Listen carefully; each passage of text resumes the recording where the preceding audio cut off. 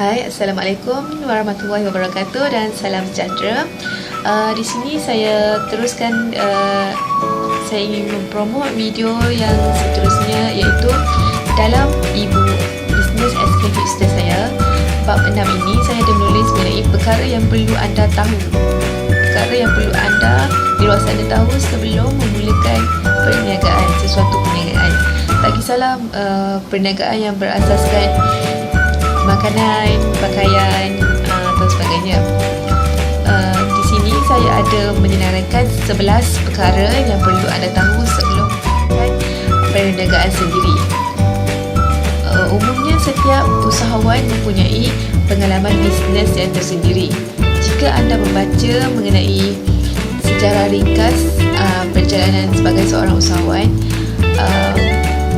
sesuatu maklumat yang anda baca itu dapat memberi suatu aura yang positif dan memberi motivasi kepada anda untuk meneruskan perniagaan. Antara 11 perkara yang perlu anda tahu sebelum memulakan bisnes sendiri, saya ada menyatakan antaranya, salah satunya, tindakan lebih penting dari ilmu perniagaan. Langkah kedua, jangan hilang fokus terhadap apa yang diusahakan. Setiap perniagaan yang ingin berkembang bukan sahaja perlukan modal keuangan, tetapi ia juga memerlukan modal tenaga, idea, kreativiti, masa dan sebagainya. Oleh itu, ramai usahawan di luar sana berjaya menyarankan agar kita tidak mengerjakan beberapa perniagaan. Maksud saya di sini, jangan mengerjakan beberapa perniagaan secara serentak, tapi fokuskan kepada satu perniagaan dengan lebih details. 11 perkara. Perkara yang ketiga, ubah mindset mengenai kejayaan perniagaan. Maksudnya di sini, jika seseorang itu memulakan perniagaan pada usia 16 tahun, jadi kejayaannya adalah sangat membanggakan kerana mereka dapat berusaha sendiri untuk memulakan perniagaan di masa hadapan. Seterusnya, terdapat juga langkah yang keempat, iaitu menguruskan keuangan syarikat dengan penuh disiplin. Langkah kelima, jangan kecilkan skop rangka kongsi. Langkah keenam, setiap perkara mesti ada hitam atau putih. Maksudnya di sini, perjanjian atau persetujuan yang termenterai di dalam perniagaan perlulah ditulis secara bertulis. Jadikan catatan bertulis ini sebagai satu amalan, kerana jika kita hanya bergantung kepada persetujuan lisan akan menimbulkan banyak masalah yang akan datang. So, hendaklah melakukan perjanjian secara bertulis.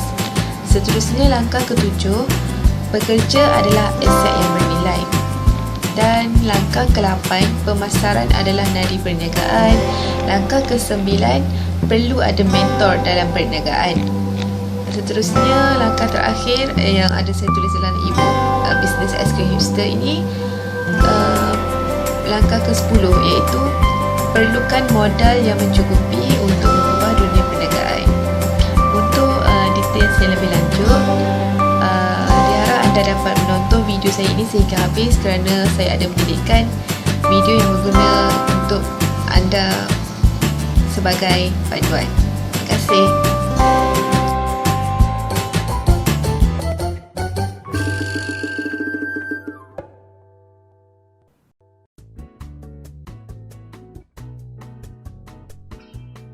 Hey bro. Hai juga, suram amat muka lu. Kenapa? Gue mau was manajemen pemasaran bro. Pusing gak ngerti-ngerti. Lah, ada masalah apaan? Tanya mamang sini. Ho. Ini bro, aneh kurang ngerti tentang konsep pemasaran nih. Aduh, gimana ya? Lo tahu gak sih bro konsep pemasaran tuh gimana? Kalau menurut Kotler sih bro, Pemasaran adalah suatu proses sosial yang di dalamnya terdiri dari individu dan kelompok untuk mendapatkan apa yang mereka butuhkan dan inginkan. Caranya dengan menciptakan, menawarkan, dan secara bebas mempertukarkan produk dan nilai dengan pihak lain. Oh gitu bro. Kalau gitu inti dari pemasaran itu berarti memuaskan kebutuhan konsumen. Cakep bro, emang bener kayak gitu. Oh bener gitu ya. Wah bisa juga ya gua. Tapi bro, ngomong-ngomong, Kotler tuh siapa sih? Bokap lu ya? Kok lo tahu? Alah.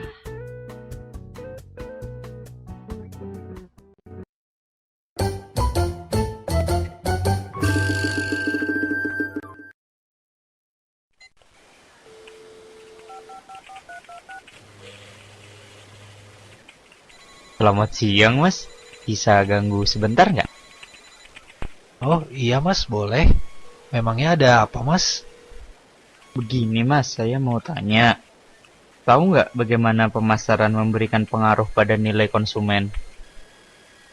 Oh tahu dong. Jadi kita harus mengenal terlebih dahulu fase penciptaan dan penghantaran nilai. Itu fasenya ada 3 mas, yaitu memilih, menyediakan, dan mengkomunikasikan nilai. Saya masih agak kurang jelas mas. Maksudnya bagaimana ya memilih nilai, menyediakan nilai, dan mengkomunikasikan nilai itu? Jadi gini mas, memilih nilai itu memrepresentasikan PR pemasaran sebelum produk dibuat. Kalau menyediakan nilai itu kita menentukan fitur produk tertentu. Sedangkan mengkomunikasikan nilai dengan cara mendaya gunakan tenaga penjualan, promosi, iklan, dan sarana komunikasi lainnya. Itu menggunakan rantai nilai untuk melakukan proses-proses tersebut. Oh, jadi begitu. Saya coba ulang ya. Berarti untuk menghantarkan nilai itu dibutuhkan 3 fase, yaitu memilih, menyediakan, dan mengkomunikasikan nilai. Untuk identifikasi lebih banyak nilai pelanggan dengan rantai nilai, begitu ya? Iya, kurang lebihnya seperti itu mas. Mungkin nanti untuk lebih jelasnya saya pinjamin aja ya bukunya. Wah, boleh mas. Terima kasih ya atas bantuannya. Oh iya, sama-sama mas. Ya selama bukan uang saya bisa bantu.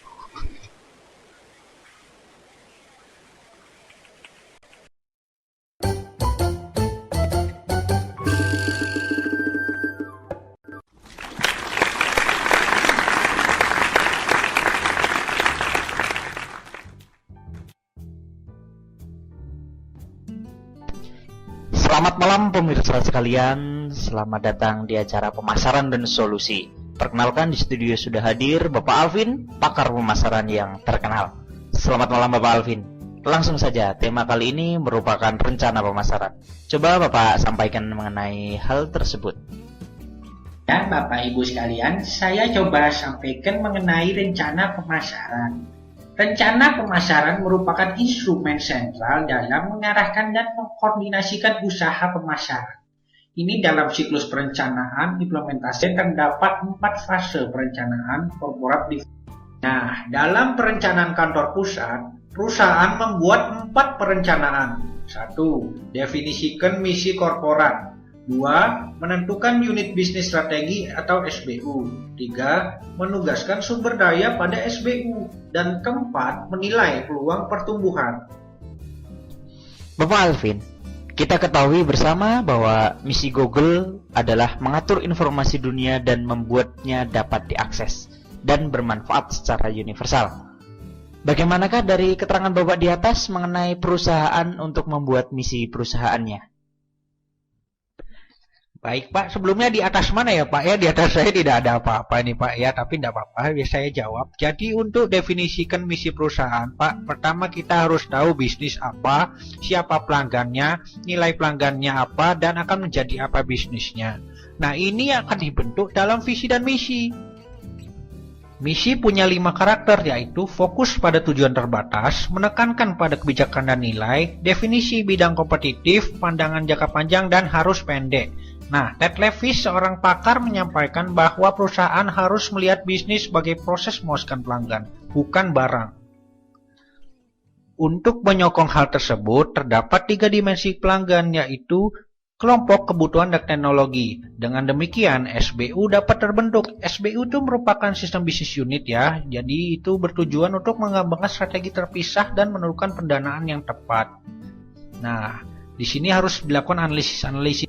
Luar biasa Bapak Alvin. Nah, mengingat analisis yang masih menggantung tersebut, alur yang tepat bagaimana Pak? Mengingat bahwa misi bisnis akan sangat berpengaruh dalam perencanaan dan implementasi serta kontrol yang tepat dari perusahaan. Baik Pak, yang jelas itu alur perencanaan strategi ada beberapa bagian. Yang pertama itu misi bisnis, ada juga analisis SWOT, kemudian kita harus memformulasikan tujuan dan strategi perusahaannya, memformulasikan programnya seperti apa, dan baru kemudian kita implementasikan program itu secara baik dan benar agar sesuai. Kita perlu juga umpan balik.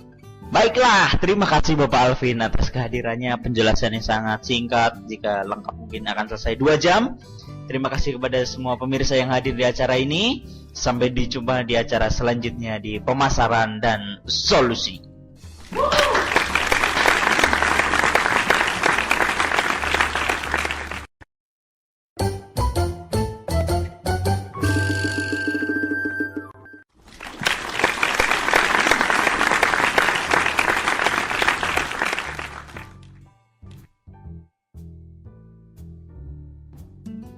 Selamat malam dan selamat datang pada acara Pemasaran dan Solusi. Ya, pada sesi ini kita akan membahas mengenai mengumpulkan informasi dalam manajemen pemasaran. Dan sudah kita undang juga di studio Bapak Senta. Selamat datang Bapak. Baik, Bapak langsung saja. Untuk mempersingkat waktu, bisa Bapak paparkan sebenarnya bagaimana mengumpulkan informasi itu? Terima kasih Pak Alvin atas waktunya. Jadi dalam sebuah pemasaran, informasi menjadi sebuah aset yang sangat berharga guna mendapatkan strategi yang paling tepat.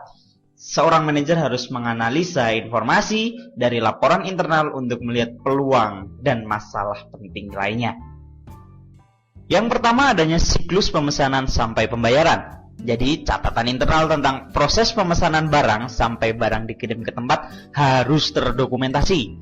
Selanjutnya adalah sistem informasi penjualan. Manajer pemasaran memerlukan laporan yang tepat dan akurat tentang penjualan dan penyimpanan terkini. Sistem informasi pemasaran sangatlah berperan dalam hal ini. Dari hal tersebut, manajer perusahaan akan mendapatkan data-data yang terupdate, serta mendapatkan usulan-usulan solusi sesuai dengan kondisi di lapangan. Database, data storage, data mining merupakan penyimpanan dan pengolahan data yang saling terhubung untuk membentuk suatu pola tertentu. Data-data didapat melalui sistem intelijen pemasaran. Sistem ini merupakan kumpulan prosedur dan sumber daya yang digunakan manajer untuk dapat informasi tentang perkembangan lingkungan. Oke, super sekali penjelasan dari Bapak Senta ini ya. Bapak kita ini memang seorang pakar, penjelasannya luar biasa. Jadi Pak, saya ingin bertanya bagaimana kalau menurut Bapak perusahaan itu harus mengelola informasi dan lingkungannya, dan hal-hal apa saja yang patut untuk kita perhatikan? Tentunya perusahaan harus menganalisa lingkungan makro, harus mampu membedakan antara fad, tren, dan megatrend. Fad hanya berumur pendek dan tidak dapat diperkirakan.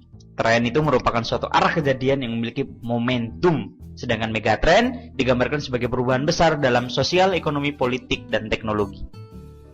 Selain lingkungan makro, lingkungan demografis harus mendapat porsi yang cukup dalam pertimbangan strategi pemasaran.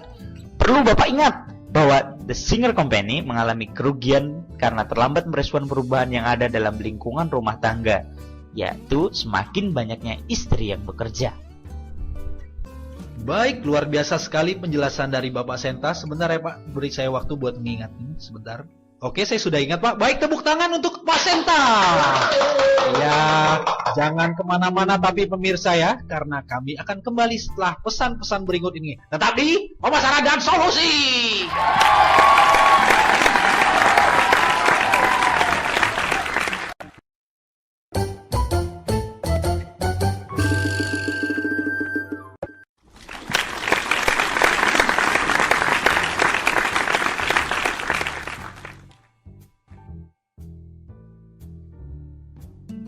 Selamat malam pemirsa.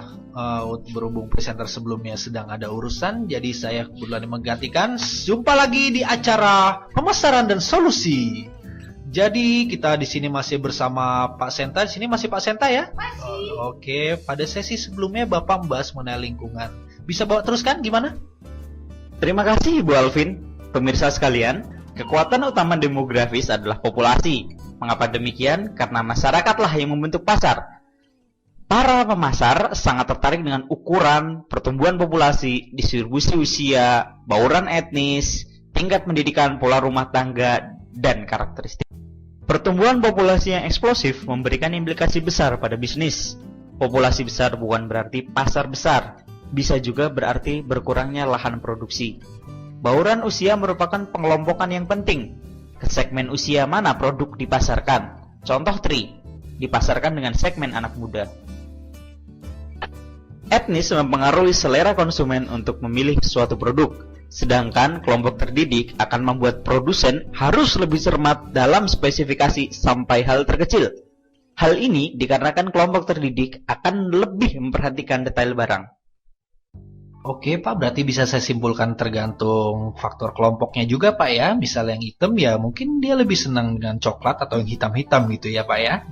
Lalu bagaimana dengan peranan lingkungan ekonomi, sosial, budaya, alam, dan teknologi pada perusahaan itu Pak? Tentunya kan kita tahu bersama lingkungan ini berpengaruh juga kan?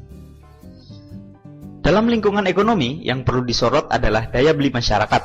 Pemasar harus memperhatikan tren yang mempengaruhi daya beli, karena tren memberikan pengaruh yang kuat dalam bisnis. Selanjutnya, mengenai lingkungan sosial budaya, lingkungan jenis, ini merupakan penerapan pandangan masyarakat secara umum. Lingkungan alam menentukan jenis produk yang akan dipasarkan. Bayangkan jika pemasar menawarkan sedan sport Jaguar di daerah pegunungan yang jalannya masih belum mulus. Tentunya jika di gunung Ford Escape akan lebih cocok. Bukan iklan sponsor tentunya. Dan teknologi yang terus berkembang menawarkan produk yang terus berevolusi. Terakhir, lingkungan politik dan hukum memberikan batasan-batasan dalam pemasaran terkait regulasi. Ini akan menjadi batasan-batasan dalam melakukan pemasaran agar memenuhi aspek legalitas. Hal ini karena regulasi dikeluarkan oleh pihak berwenang. Demikianlah Ibu Alvin, sekilas mengenai pemindaian lingkungan. Baik, terima kasih Pak Senta atas diskusinya. Berarti kalau bisa saya simpulkan berarti ada beberapa hal yang penting dalam demografis ya. Pertama tadi adalah populasinya, lalu ada juga etnis dari daerahnya, kemudian juga ada tren dari wilayah tersebut. Kira-kira begitu ya Pak.